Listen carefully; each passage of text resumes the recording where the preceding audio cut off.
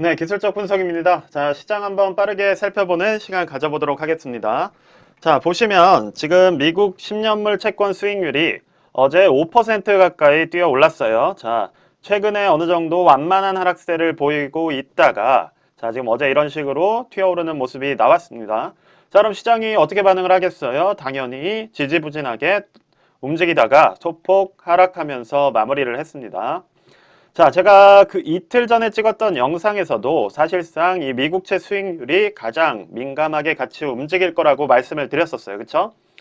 자, 그래서 주봉 추세도 보여드리면서 지금 상당히 이격도가 크게 있는 상황이지만 어느 정도 이렇게 맞물리는 흐름이 나오면 그때쯤에는 또다시 하락이 이어질 수 있다. 이렇게 말씀을 드렸던 상황입니다. 자, 그런데 어제 상당히 강한 상승이 나오면서 어떻게 시장이 조금 충격을 입을 뻔 하다가 그래도 휘청하는 정도에서 마무리가 됐어요. 자, 그래서 이제 어떻게 움직일 것이냐. 아직 뭐 자체적으로 볼 때에는 완벽하게 상승으로 돌아섰다고 보기는 좀 어렵기도 해요. 다만 지금 TDI 같은 경우에 MA 값이 이렇게 위쪽 상방으로 살짝 움직이려는 모습이 나오고 있고 슬로우 스토캐스틱 같은 경우도 이렇게 강하게 추세 자체가 상방으로 잡히는 모습까지는 아직 아닙니다. 그래서 좀 더 아래쪽을 다지면서 그렇게 움직일 것 같아요. 그래서 어느 정도 어제는 해프닝적인 금리의 충격일 수도 있다. 이렇게 좀 경계를 하시면서 봐주시면 좋을 것 같습니다. 자, 그래서 나스닥 지수를 한번 살펴볼게요. 자, 제가 최근 영상에서 어떻게 말씀을 드렸어요? 금요일쯤에는 좀 하락이 나올 것이다. 그래서 단기적으로 결정하실 분들은 결정을 하라고 말씀을 드렸어요. 자, 그래서 오늘 영상의 제목처럼 사실 익절은 항상 옳습니다.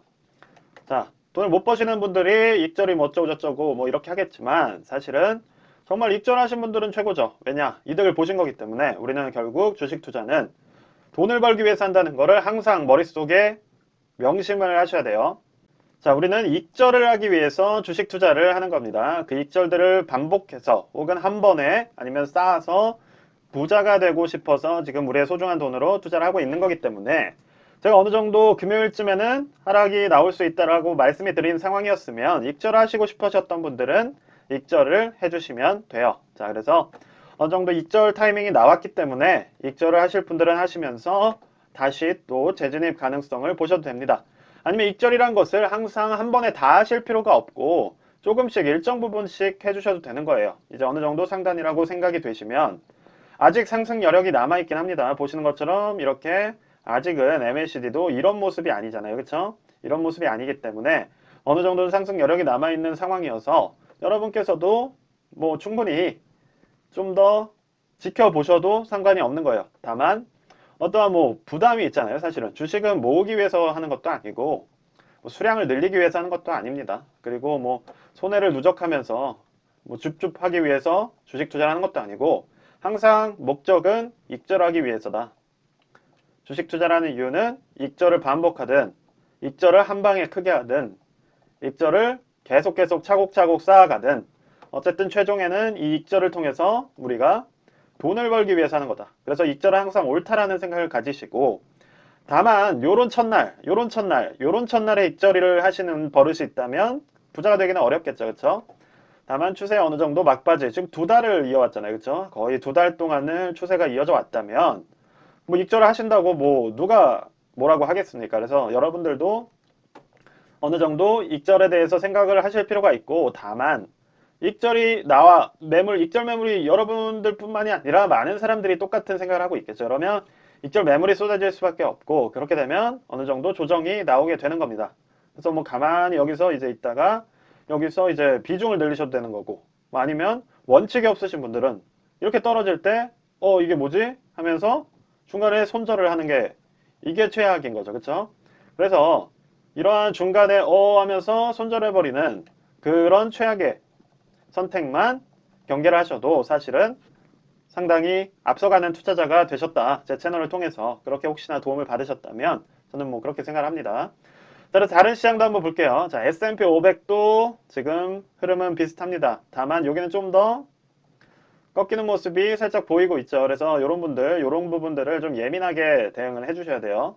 자, 그리고 SOX 같은 경우도 비슷한 흐름이에요. 자, 근데 이격도가 어느 정도 유지가 되고 있긴 합니다. 다. 그래서 무조건 끝이다 라고 말씀드릴 만한 상황은 아니에요. 그래도 소폭 어느 정도 꺾이는 모습이 나왔기 때문에 조금 제가 말씀드린 흐름대로 갈 확률이 높아 보인다, 이렇게 말씀을 드릴게요. 자, QQQ도 상황은 비슷합니다. 자, 그럼 제가 항상 말씀드리지만 세배 레버리지가 예민하기 때문에 좀 더 선행하는 모습을 보인다고 말씀을 드렸죠. 그럼 한번 좀 보겠습니다. 상황이 어떤지. 지금 SOXL 같은 경우는 거의 원지수랑 동일하게 움직이고 있고, 자, TQQQ 같은 경우도 동일합니다. 자, 이격도 자체가 줄고 있지 않아요. 그쵸?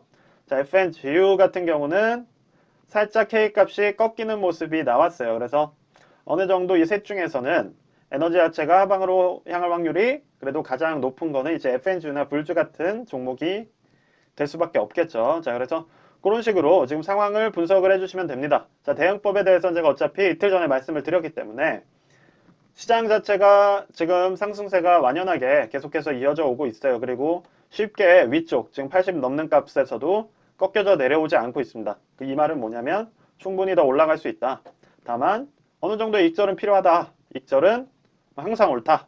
이런 마인드로 다만 모든 포지션을 첫날부터 정리하는 이런 식의 두 번째 악수, 그쵸? 그리고 빠지기 시작할 때, 남들이 수익 실현 매물이 나올 때, 하면서 거의 막바지에서 손절을 치시는 이런 식의 최악의 수는 피하시라는 마음에서 오늘 영상을 조금 준비를 해봤습니다.